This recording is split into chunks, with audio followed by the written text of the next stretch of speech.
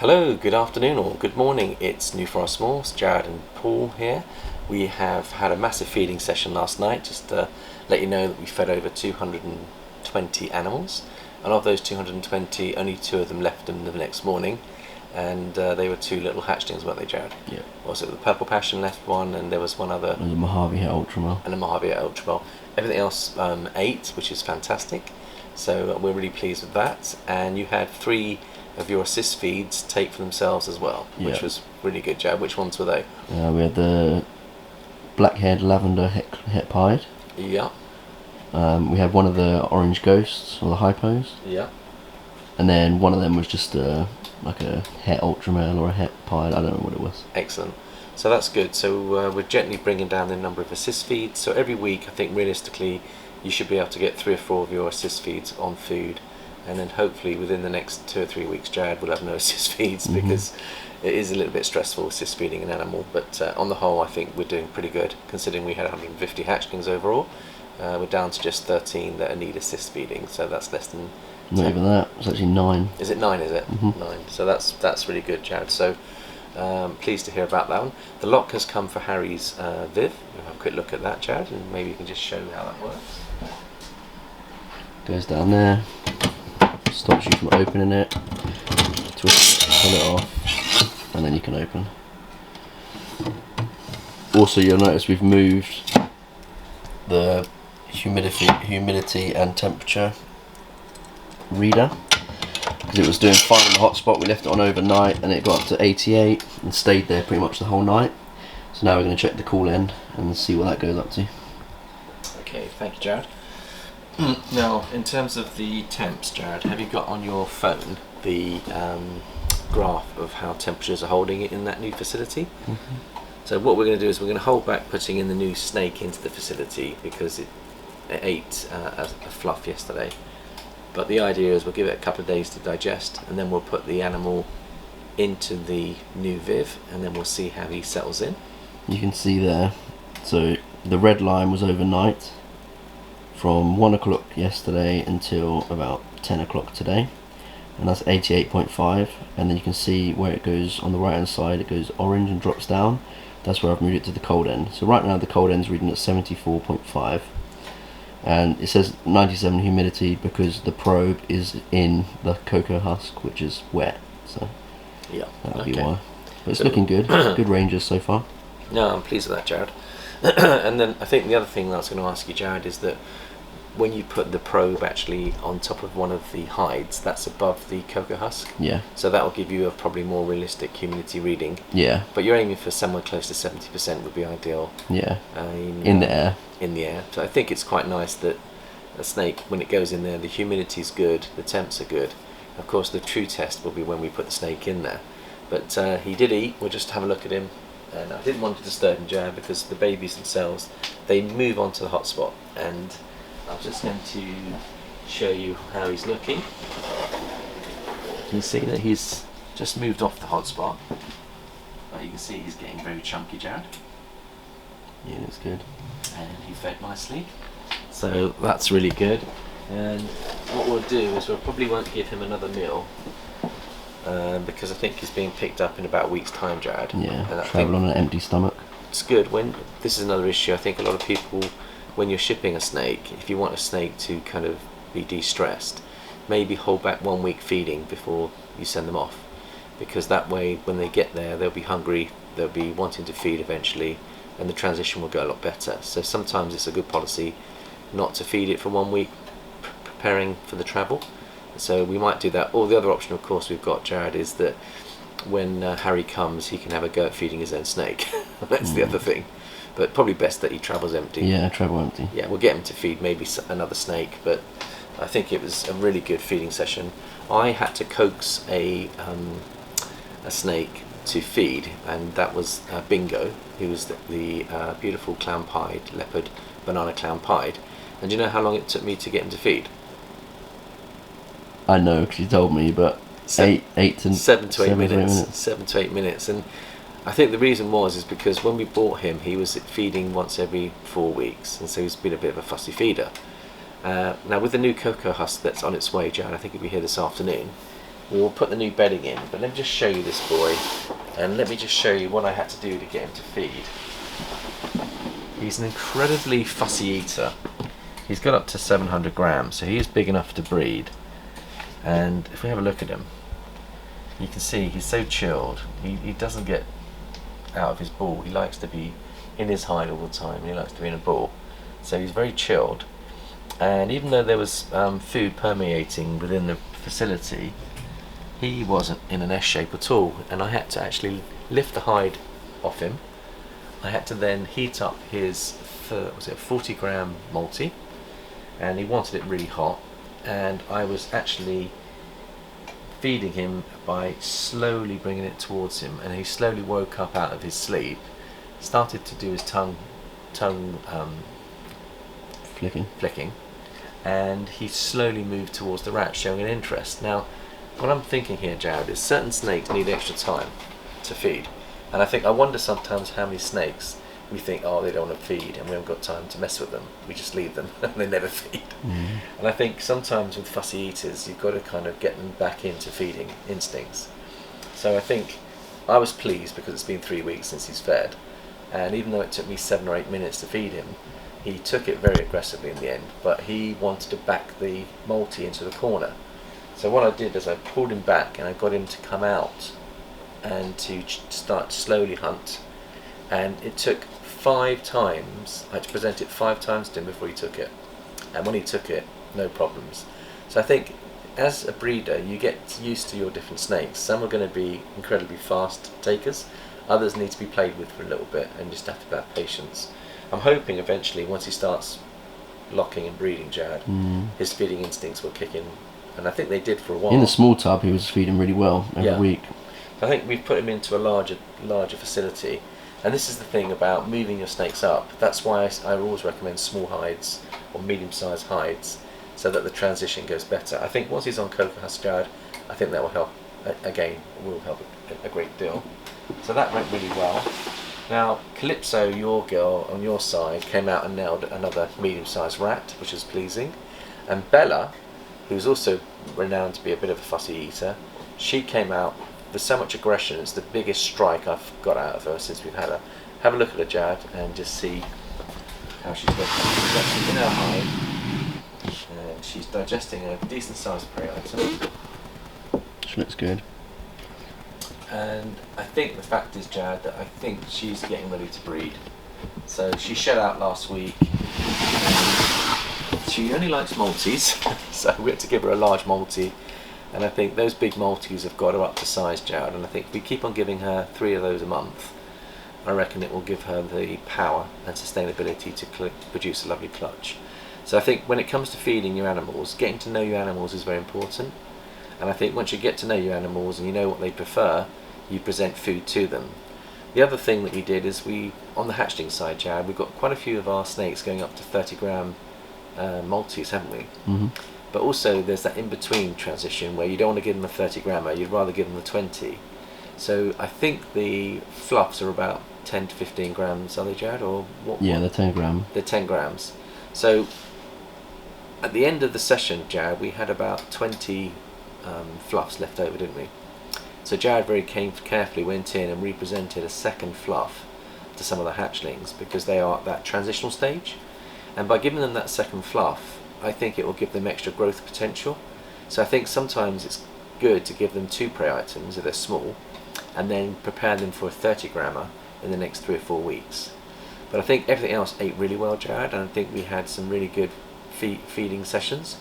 And you've taken a few pictures today while they're looking quite nice, and you're going to share them on Instagram. So if anybody wants to have a look at Jared's, perhaps show us just 1 or 2 of what you've done, Jared, and then the rest of them we can keep for the Instagram. But it gives you an idea of when a snake is eating well and it starts to fill, they do start to look good, Jared.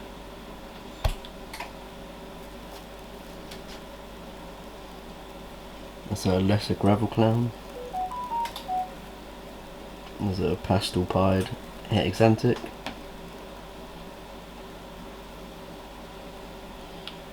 Oh, let's show you that one already. And then a super pastel lesser possible gravel clown. Yeah. And I've also noticed, Jared, there was one other girl that was very fussy, which is the pastel yellow belly pied girl, which we've called Buttercup.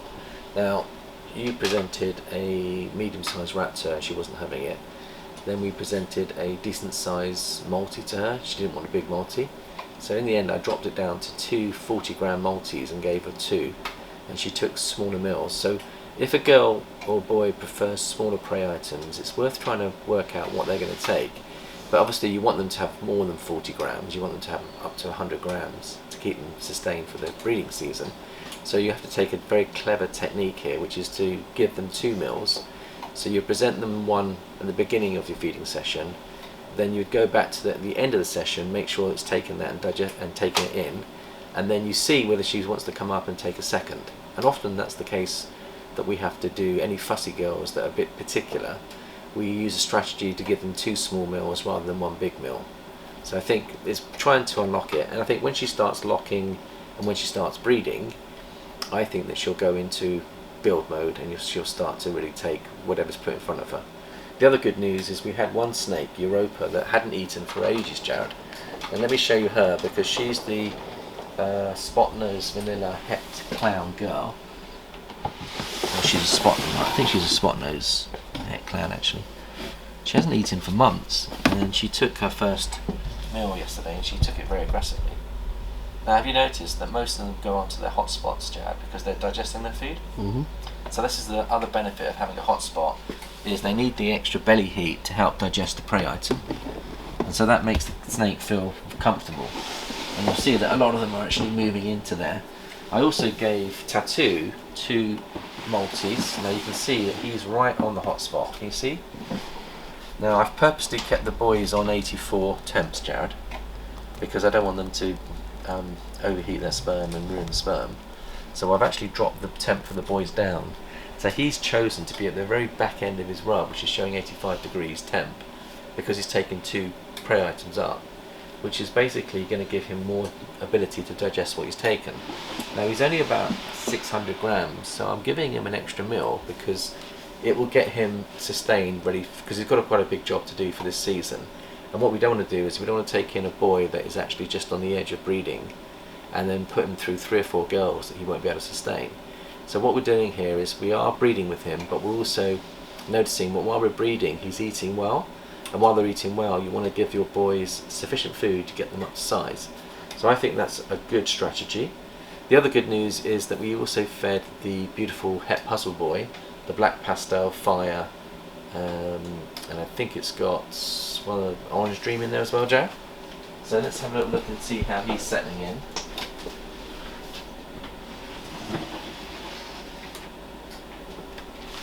You can see how beautiful he is, Jared. So he took a 30 gram or 40, I think he took a 30 gram multi, Jared.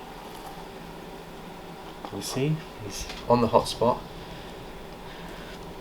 and looking good. So the fact that he transitioned and fed on the same day is really good news. Can you see the mark on there, Jared? Can you see his tail? It's got that little ringer. I wonder if he's het pied. That could be the fire though. Yeah, I don't think he was sold as a het pied, but it'd be interesting to see if he's got het pied in him as well. But you get some, puzzle, right? Yeah, you get some snakes that are have ringers that aren't actually het pied. So I know, like cinnamons and black pastels, you can get that sort of. Yeah, and I wonder whether the black pastel in him is actually bringing that on. But with the fire as well. Yeah, it'll be interesting to see whether he is actually carrying a het pied genetic. And then the other thing we've done is we have basically what we've done is the big girl that we put in, which is our beautiful girl. Let's have a little look. Yeah, we got her out yesterday, didn't we? So we put her in yesterday and she settled in on the hot spot. You can see if you look at her, Jared, that she's on that hot spot now. And she is settling in. She showed an interest in a multi. Simon's been feeding her every week 60 gram multis. So I presented a larger prey item. I forgot about that. I presented a large medium rat to her. And she sniffed it, but she didn't want it. So I thought, my mistake is because I forgot that Simon told me that she likes 60 gram multis. So I think what I'm going to do is just let her settle in for a week. and then we'll feed her in a week's time. Yeah. And hopefully, what I'll do is I'll give her one of those big multis. I think she might nail that because that's quite good. So the other thing I was going to do, Jared, is on one of the videos last week I mentioned there was a YouTuber that did a walkthrough at Tinley show last weekend. It is a 4-hour video, which makes our video seem very short. What I like about this guy, his name's John, and he's got a YouTube channel which is called Ryno's Royals. And maybe you can zoom in on that, Jared. Now, I like his videos. He puts out regular content. He does highlight on the show some of the new creations. So he actually walked through every single booth and videoed every single snake and reptile in the show. And it took him 4.5 hours of footage, which probably meant that there could have been 6 hours of just walking around with a high quality camera. And if you look on the screen behind you, Jared, you'll see that he is into monarch. And you can see that there are some beautiful monarchs up there, which I think are beautiful. And also on his video, he's got the first, I think it was either Brad Boa or his partner, Rock Wagner, I think it might have been Brad Boa, has produced a monsoon clown. It's got this beautiful black stripe down his back, and it looks insane, Jared. One of the first monsoon clowns that have been produced.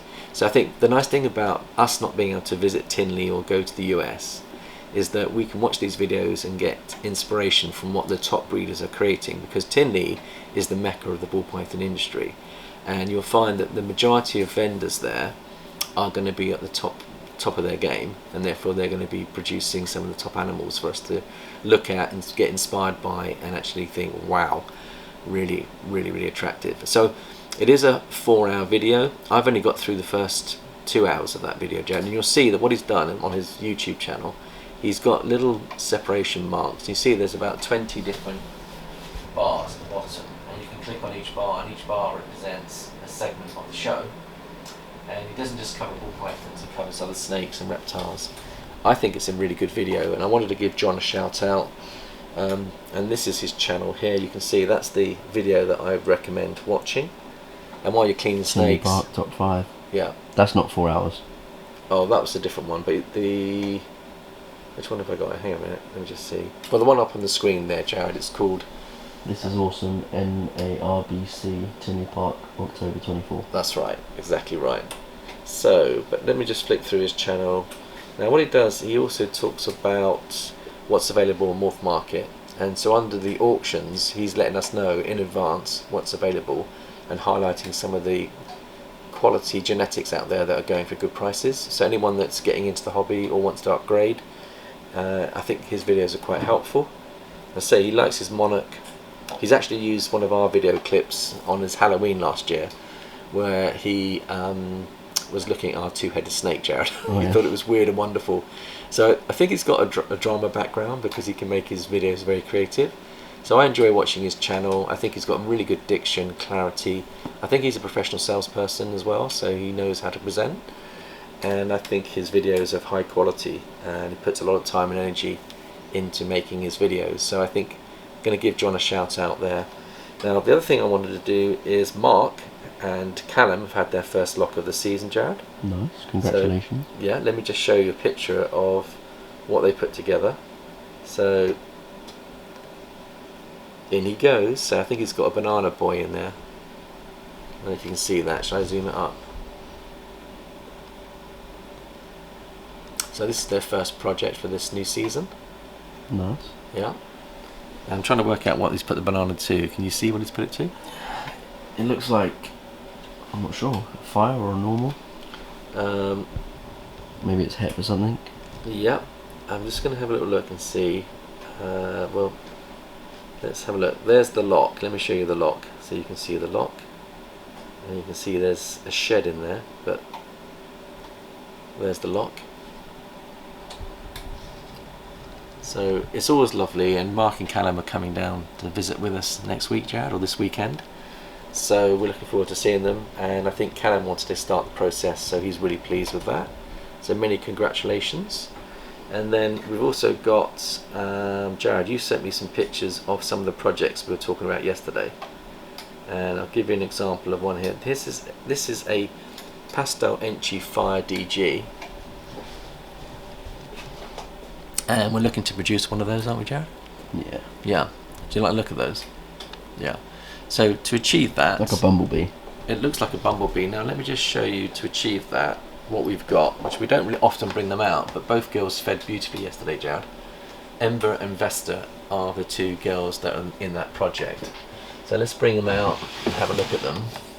Yeah, Enchi Fire 100% like DG.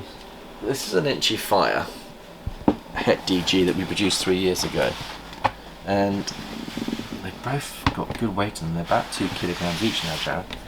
I think if we want to breed these two, we could produce. Now, can you see what the Enchi and Fire are doing? So the mother, I'm trying to think. The mother of this girl was our big fire girl that we've moved on. But the father was the Rambo, which is our DG Enchi. Now just pop open and have a quick look at Rambo, Jared.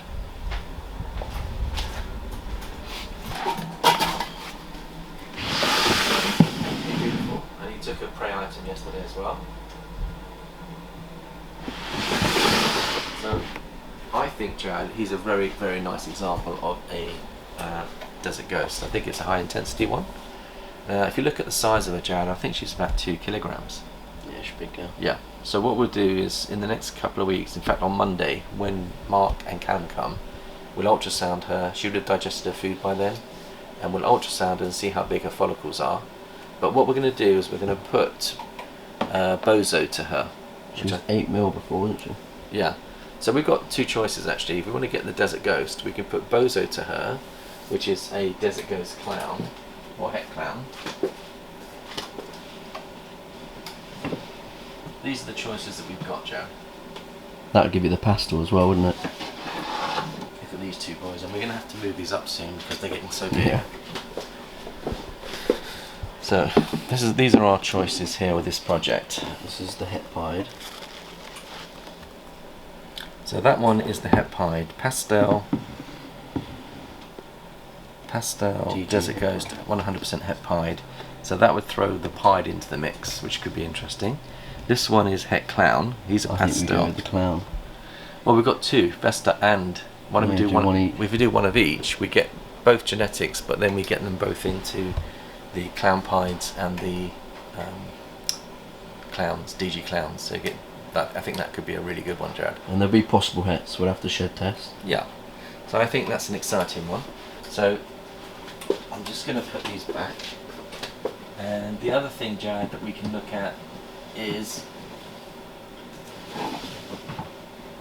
tattoo could also go in there as well. The only problem with that is you don't get the pastel, but you get the guaranteed hets. Yeah, so we could do a trade-off. It's a shame that tattoo's not carrying pastel. If we were to put this guy in, and you can see he's just had a drink of water. See the water dripping off him? He's been drinking. It's just backed off. So it's interesting because when they're eating, they drink extra water to help them stay hydrated. So we won't disturb him, but he could go in as well, Jared, and that could be a really interesting project. And I think we've actually got 3 Het DG girls. I haven't told you about all of them, one's Jared. not a. One's just an Enchi. Is it just an Enchi or just a Fire? I think it's a Fire. We can have a look. It's just an Enchi. It's down here. Yeah. Enya. Enya. She's going to shed, I think. Or... Yeah, she is. Is she a Fire? No, she's just Enchi. Enchi. So how big is she, Jared? And is she big enough to breed, do you think? Yeah, probably. Just have a little look at her. She took a prey item yesterday. So we've got 3 girls, and there's a 4th one over there, I think, as well. Look carefully further down the racks. There's a Het DG in there. There could be a 4th girl that we've got. She's an Enchi as well. I don't know how big she is. She's not big enough. Not yet. Yeah. So I think what we might be willing to do is sell one of these, Jared, to a new breeder. So if somebody who's new wants to get into the DG project but wants to do it with the extra codons, that might make one of those available to them. And then of course this one here is the Vesta, is the other sister, which I think is the, and she is big. Just look at her. Look at her. She's absolutely huge, so big that she's in a ball as well. Look at her. Isn't she lovely though? Yeah. Don't they look vibrant, Jared? Yeah, you can see the het influence of the DG. So we produced these ourselves 3 years ago, and it's a patience game, isn't it? Because I think this is the year that we could produce clutches from these, Jared. So this is the benefit of actually producing your own hets, is that when they're up to size, once you've got your top end boys, you plug them in and you're hitting some visuals, and you're hitting them with incomplete dominance that you can then plug into further projects. So I think that could be a really exciting prospect, building block going forward, Jared. Well, that's all good. Have we got any other DG plans or projects, Jared, that we're thinking about? Just these DG pipe, double het DG pies. Yeah. And that one's got an X in. So there's going to be quite a few DGs going into our collection here, and eventually we will then. And obviously the girl as well, Isa. Yeah. She's an Enchi DG. Yeah, but we're getting the Exantic Pied boy into her, so we're going to get DG into that Exantic Pied, and eventually we'll get the DG into the Exantic Clown as well, Jared, which is really good. Both of the two Exantic babies ate yesterday, Jared. And now let me just talk about the importance of checking after feeding, because one of the girls, I think one of the baby girls actually came out and hit the prey item on the side rather than on the head. Now ideally you want them to hit the head because they take it head first. If they hit the tail or if they hit the side, you can have a problem. The problem being is that some snakes don't maneuver them around and turn them around to go head first, they just leave them. So when I was checking, Jad left about 5, I carried on feeding till about 7 last night. And I thought before I go, I'm going to open up every drawer and just check to make sure everything's eaten. It takes another half an hour. But I'm so glad that I did, because I picked up this girl and she dropped her food. And let me have a look and show you. I think, Jared, you took a picture of these? I just one. The other one wanted to bite me, so I left her alone. Okay. I took a picture of the clown, but I think the clown's, it's got to be het Exantic. You can see the influence. Yeah. So did you take a picture of the clown? Yeah. So we've only got a couple of minutes. We'll finish on this, Jared. I think you can see the Exantic influence. Yeah. Really dark, because it looks darker than a pastel clown. Yeah. So it's got the dark rings around it, and it's got the really white, grey look underneath as well. Yeah. So I'd bet that that's a het Exantic. Okay, so we'll get that shed test to confirm, but the point I'm trying to make here, Jared, is that if you don't check, they drop their food, they leave it. I re-washed it, reheated it, represented it. She took it head first, and now she's gone on to show us that she's putting on more weight. And this boy, he's taken food and he's gone onto the hottest spot he possibly can to digest that, which is at the back end of the rub. So That's good, doesn't it? yeah, it's worth checking your temps, because if they are working towards the back, it might be that you've underdone the temps. So I think we've got a temperature gun, Jared, and we check that and we adjust accordingly. You'd expect it though, after they've eaten, you'd expect them to be on that hot spot for a day or so. But if they're very extreme, it might be they want more heat, so therefore it's worth checking. Worth checking. So I think that'll do it for today, Jared. Thank you so much for your love and support. Jared will be back with us on Monday. Yep. We'll have Mark and Callum in the facility. I'm looking forward to the weekend. We're going to have a lovely weekend. Thanks all for watching, and see you soon.